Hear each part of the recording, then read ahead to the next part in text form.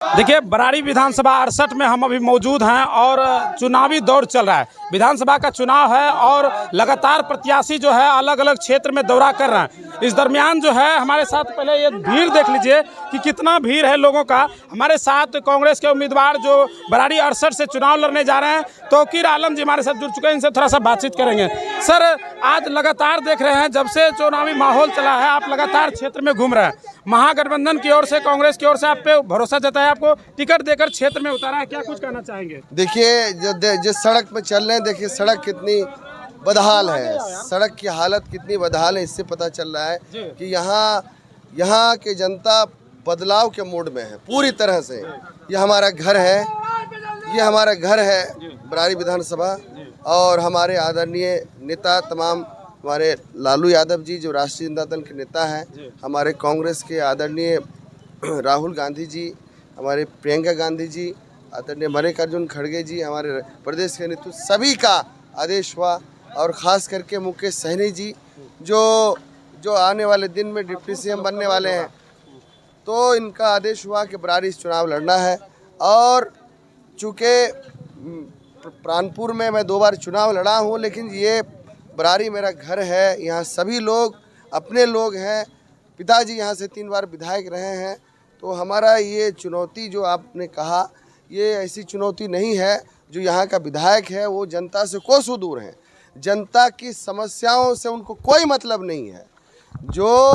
जो भूमिहीन परिवार है, जिनका घर उजड़ गया है कटाव से, उनको जो ज़मीन मिलना चाहिए सरकार ने आज तक पूरी तरह से मुहैया नहीं कराई। वो तो कह रहे हैं इतना कितना लोग, कितना पर्ची है, कई लोगों का पर्ची बांटा। ये बरारी विधानसभा में बड़े पैमानों पे विस्थापितों की समस्या है, उसको लेके वही कह रहा हूँ मैं। हालत देखिए ना, ये हालत क्या है इस रोड की। ये अभी डुम्मर में हो, हम समेली प्रखंड अंतर्गत हम लोग डुम्मर में घूम रहे हैं, जनसंपर्क कर रहे हैं, लोगों से मुलाकात कर रहे हैं। विधायक को इस विधानसभा से, बरारी विधानसभा से कोई मतलब नहीं है और यहाँ की जनता से उनको कोई लेना देना नहीं है।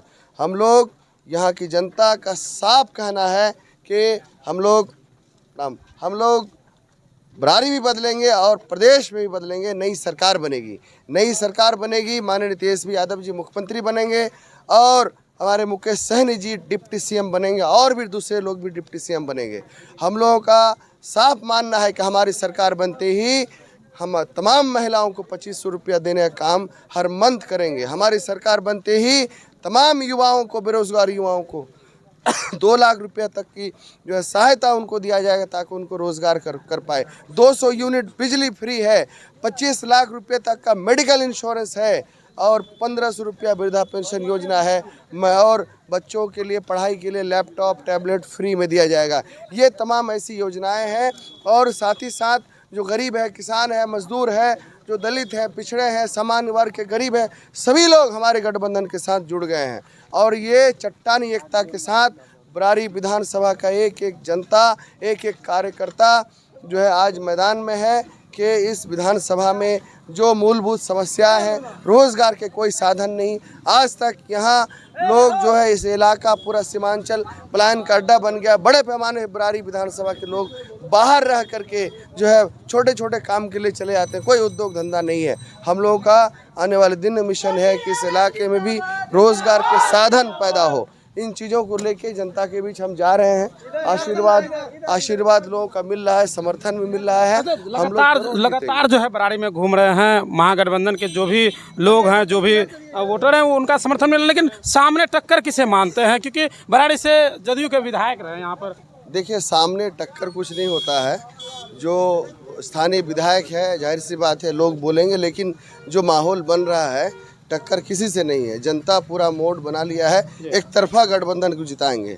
सिर्फ तौकीर आलम को नहीं या किसी एक दल को नहीं, गठबंधन का मामला है। और गठबंधन के तमाम साथी हम एकजुट हैं कि प्रदेश को बदहाली से निकालना है। इस प्रदेश को बीमारू राज्य बना दिया है। बिहार एक पोटेंशियल स्टेट है जहाँ पे हर तरह के मजबूत जो है स्थिति बन सकती है, लोग और मजबूत हो सकते हैं। उस पोटेंशियलिटी को नीतीश कुमार ने ख़त्म कर दिया है। उनके जो लोगों की विश्वसनीयता है वो भी ख़त्म हो गया है उन पे। खुद वो बीमार है, राज्य को ही बीमारू बना दिया है। अब प्रदेश में बदलाव मांग रहा है। बदलाव, मुख्यमंत्री एक नया ऊर्जावान मुख्यमंत्री आएंगे माननीय तेजस्वी यादव जी, और उनके साथ सभी लोग रहेंगे। तो ये अभी यहाँ इस विधानसभा में सभी समाज के लोग एकजुट हैं। यहाँ हिंदू, मुसलमान, सिख, ईसाई, यही बरारी की तहजीब रही है। बरारी की ये खूबसूरती है, दूसरे विधानसभा से बिल्कुल अलग है। यहाँ पे सब लोग एक साथ मिल के चलते हैं। हमारे पिताजी जब भी यहाँ 3 बार विधायक रहे, वो भी सभी समाज को लेके, सभी समाज के बीच सामंजस्य बना के जो है अपनी राजनीति किए हैं। और मेरी भी परवरिश वहीं हुई है, मैंने भी एजुकेशन मैंने जेएनयू से लिया है। हमने भी चीज़ों को सीखा है, गांधीवादी विचार को हम जो है मानते हैं, बिहार में समझते से हैं। बड़े नेता में एक नाम जो है तौकीर आलम का भी आता है, कहा जाता है लगा डायरेक्ट जो है राहुल गांधी से आपकी बातचीत होती है। नहीं, देखिए, वो तो हमारे आला कमान है, हमारे नेतृत्व है। वो कोई मतलब ये कोई विषय नहीं है कि आला कमान से बात होती है। वो हर पार्टी के जो भी कार्यकर्ता, छोटे से छोटे कार्यकर्ता, बड़े से बड़े नेता, आला नेतृत्व सबको देखते हैं, वो प्यार करते हैं, उनके साथ मिलकर रहते हैं। हम लोग ईमानदारी से मेहनत करके एक जगह बनाए हैं, पार्टी के राष्ट्रीय सचिव के तौर पे काम कर रहे हैं। तो ये कोई मैटर नहीं। अच्छा, सवाल मुद्दे का, बिहार में इस बार कितना सवाल सीट मुद्दे का है, सवाल बताइए, मुद्दे का है, सवाल सीधा इश्यूज सवाल का आप है। बताइए कि बिहार में कितने सीट ला रहे हैं? बिहार में फुल बहुमत से, बिहार में इस बार 243 सीट है जी। हमारा। 243 में से हमारी 200 से ऊपर सीट महागठबंधन के आने वाली, 200 से ऊपर सीट महागठबंधन की आएगी।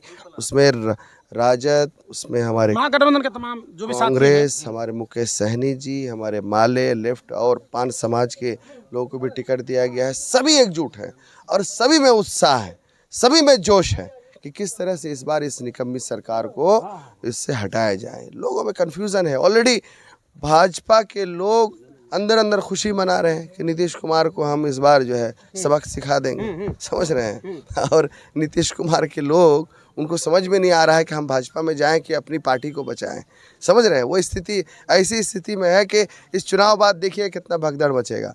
तो स्थिति अभी वैसे भी उनमें स्थिति ख़राब है। हम लोग पूरे चट्टानी एकता के साथ माननीय तेजस्वी यादव जी इस पूरे गठबंधन बिहार के नेतृत्व कर रहे हैं। कांग्रेस पार्टी के तमाम शीर्ष नेतृत्व, हमारे वीआईपी के मुकेश सहनी जी खुल के अनाउंस हो गया डिप्टी सीएम बनेंगे। वो समाज पूरी तरह एकजुट है। हम आपसे करेंगे, आप काफ़ी अनुभवी जो है राजनीति करते हैं। हमको ये बताइए कि 2010 और 5 की चुनाव, यानी कि कहा जाए कि 15-20 साल पहले की राजनीति और अब की राजनीति में कितना डिफरेंट आप पाते हैं? क्योंकि इस बार जो माहौल रहा टिकट को लेकर खासकर, तो काफ़ी खुश भी हैं लोग, काफ़ी नाराज़ भी हैं लोग।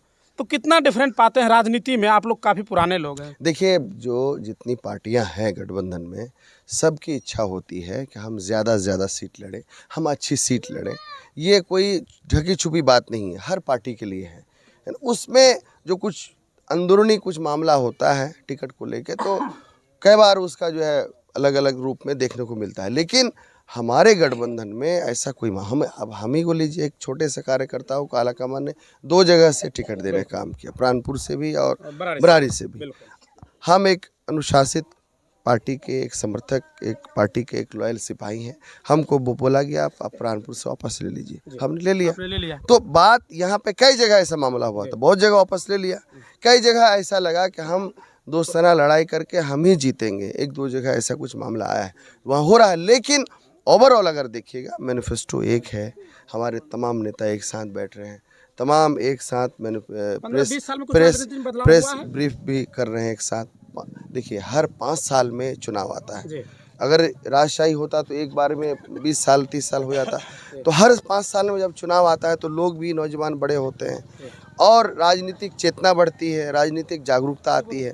तो पहले से और अब में जाहिर सी बात है ज़रूर डिफरेंसेस है, लेकिन यहाँ की लोगों की भावनाओं में, लोगों की निष्ठा में, ईमानदारी में, और लोग सच्चाई को लेकर के, अच्छे इंसान को पसंद करने को लेकर के, इसमें कोई इसमें जो है बदलाव नहीं है। लोग चाहते हैं कि उनका नेतृत्व करने वाला ईमानदार हो, उनका नेतृत्व करने वाला बेबाक हो, उनका नेतृत्व करने वाला निडर हो, साहसी हो, बेबाकी से उनकी आवाज़ को ऊपर तक ले जाए और उनका समस्याओं का हल करे।